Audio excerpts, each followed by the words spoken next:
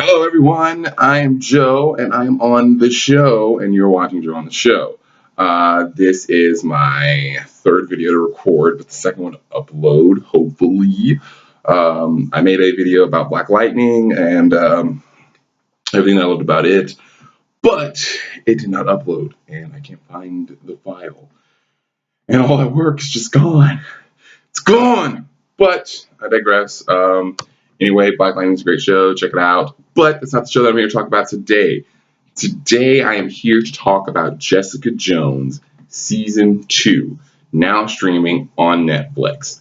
Now, I am going to be talking about a lot of things to do with the Marvel Netflix series.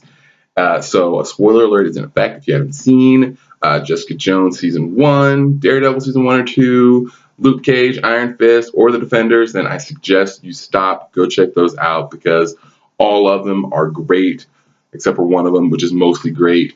You'll know which one I'm talking about if you're a fan of, if you listen to any sort of superhero news whatsoever. But let's get down to business. Jessica Jones Season 2. Overall, I gotta say, it was a good season. Jessica Jones, the first season, was just very fun. It was fast paced. It was witty. It was dark, and I loved it. I really did, especially given our villain in David Tennant, who I will talk about later on because he does make an appearance in season 2. Um, and season 2 did not disappoint any more than season 1 did. It did have its problems. I'm not gonna lie, it had troubles, some things that I was just like, what the fuck? Why would you go there? But yeah. So character breakdown. Let's start off with Jessica Jones. Jessica Jones, played by Kristen Ritter. She's just as badass as she's been. Um, One thing that she's come to terms with this season is being a hero, being known as a hero. And then people make note of that fact because of her taking out Kilgrave. Let's never mind the fact that she just did all this amazing stuff not too long ago in the Defenders series. And that is not mentioned at all. None of what went down in the event in the Defenders has been mentioned. There's a lot of mention of other things, but nothing about what went down in the Defenders. So that was really interesting. One of the biggest struggles for her is family this season, Jessica Jones. And so I really enjoyed seeing Kristen Ritter sort of work through that and go through those roles very differently than a normal superhero would have. She has this great little exchange with a kid. There's a kid in there, and she has a next door neighbor, and it's an exchange of, "Do you know Captain America?" And I was like, "That yeah, they mentioned Cap by their name," and so I was really excited that they decided to say, "This is Captain America, and he's here." And they actually mentioned Cap was more centralized than anything else because as a lot of us speculated, the Sokovia Accords did come into play, not directly, but from the fallout of Captain America Civil War, they did heavily mention the Raft prison, which, if you've seen Civil War, you know that it is where they hold all of Team Cap after the big airport battle. So they mentioned that a lot, and it's there. So we do know that these worlds are connected. We just want to see them cross over, which I wish they would do. Um, but I digress and I move on. Trish Walker, I gotta say, she was a little annoying this season. In season 1, she was that character of, I'm here for you. I'm strong. I can do things, but I'm not stupid. And in season 2, I feel like she just made a whole bunch of stupid mistakes. She said and done a lot of things that I was just like, what the fuck is going on with you, Patsy? Like, why would you do that? I found myself literally saying that to the screen a lot. Why would you do that? Why would you say that? And she was actually responsible for the very anticlimactic ending. Uh, all this big build up and just for it to end like that was really disappointing to me. Um, Malcolm, played by Ika Darville, who was a Power Ranger. Let me just say that I'm a huge fan of Power Rangers. Huge fan of Power Rangers. And he was the Red RPM Ranger, but that's another thing. If you guys want to check that out, that's also on Netflix. But Malcolm, his character grew a lot this season. And he actually had a thing with Trish Walker where they slept together. Apparently, he was into her. I didn't see that. I didn't know that, but it was apparently a thing. And this whole season, he was like, I sort of want to come to my own. I want to be the character. Be the character of your partner, Jessica, your sidekick. And so at the end of season 1, he answers the phone and is sort of Jessica's assistant. And at the beginning of season 2, that role is still going on. He's still sort of helping her, and she's giving him advice and teaching him, albeit slowly, but she is teaching him the craft of being a PI. So very good on him. I liked his story arc. Not so much the Trish side of things, but where it ended up with him joining Price Chang, which I'll get to Chang in a minute because that guy's a dumbass. But Malcolm had a very good, strong storyline. I suggest you guys check that out. Jerry Hogarth. J Money makes another appearance. She was in not only Jessica Jones season 1, but she made an appearance in Daredevil season 2, Iron Fist season 1, The Defenders, of course, and Carrie-Anne Moss. She's slaying this whole time. Her character goes through a major story arc, something that sort of hits you like a ton of bricks in the first 5 episodes. Then it sort of lists away. By the end of it, there was zero mention of it, and it's like I thought she had ALS. That was the disease. Like I thought she had ALS.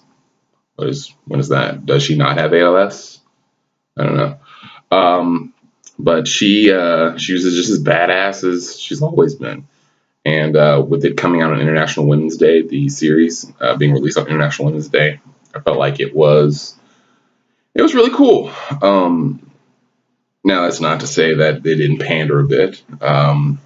Pandering is like a huge problem in Hollywood with the marketing and things like that. They pandered when they made they're making a lot of decisions about movies and television shows and things like that. And that's another video for another time. But Jerry Hogarth was a great character in this season, and I can't wait to see more of her. I hope that she shows up in either Iron Fist season 2 coming out later this year, or Daredevil season 2. So I really wish that we could see some stuff from her. Season 3, excuse me. Now on to our villains. I save the worst for last, and I do mean I don't mean worst as in they're the bad guy, Akapunue. No, they are some of the worst characters in the show. Namely the major villains, Alyssa Jones and Carl Mollis. Mollis was a really forgettable character for me. Like, I was watching him, and half the time, whenever they'd say Carl, I'd be like, who? Who the hell are they talking about? Who's Carl? And then it's like Carl Mollis. Oh, that guy. Okay, yeah. And Alyssa Jones, whenever she burst onto the scene in the first few episodes, she was fighting Jessica in that bar. She sort of slid Jessica across the room, and I'm like, what the hell? Whoa, she's like really freaking strong. And later, Jessica commented, I don't know, she's like 4 times as strong as me, and I can't beat her. It's like, that's when you call Luke. Like, if it was me and I was in that situation, I'd pick up the phone and be like, yes, get me the number for Luke Cage. Luke, could you help me out with something? That just didn't make a whole lot of sense for her not to call for backup. She knows that Luke's out. She knows that he's there for her because he said, if you need something, just call. But for her not to call, that was just really dumb. and Alyssa Jones, her whole motivation of, oh, I have dissociative episodes and I go on a killing spree. Like, that's like a Mad Dog syndrome. I get it was her mother, but you keep her sedated in that situation. You don't try to fix her and then give up and then continue to try to fix her. It was really wishy-washy and it went back and forth, and that was really, really bad in my opinion. Really bad writing, really bad storytelling. I felt like there should have been a paradigm shift in there being another major bad. Another great reviewer that I love on YouTube, she said that Netflix has a habit of making you think this person is the villain in the first 8 episodes, and there's a shift, and this person's really the villain, and they do that. They do this major shift, and they've done it in every single series. So you don't know who the bad guy is until the last episode, who the big boss is. But I really feel like they should have done that here. Alyssa Jones just wasn't strong. Her character wasn't strong enough or badass enough to elicit, hey, these, I really fear for the hero of the story. But yeah, so moving on to Price Chang. He is a supporting character, but not necessarily a villain. I think that he's just a guy who made life very difficult for Jessica and people at Alias. So he deserves a thing on here, and he's definitely, I believe he should be at least mentioned here on out as far as Jessica Jones is concerned, even if he doesn't return for season 2 or for season 3. Price Chang is a rival private investigator. He first shows up and tries to buy out Jessica. She says no, and then he makes her life kind of difficult, and so she kicks his ass. And then he basically just spends the entire series going after Jessica in ways that are completely stupid and dumb. I mean, guys, I was just like, what the fuck? There was actually a scene where shots were fired through Jessica's window, and it was in the episode because someone was trying to kill her mother. And I was like, oh my God, that was Chang.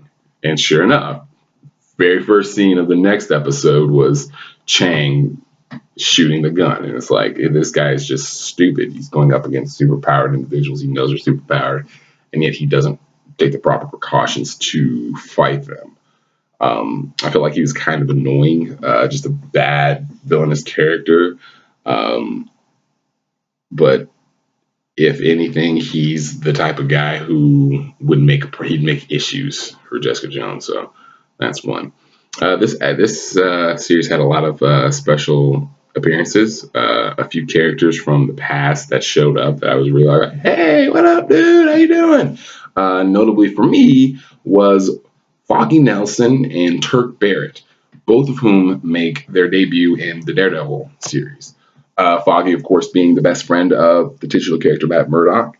But at the end of season 2, he quits working with his friend and begins working for Jerry Hogarth. And he has a nice little cameo in episode 3 or 2.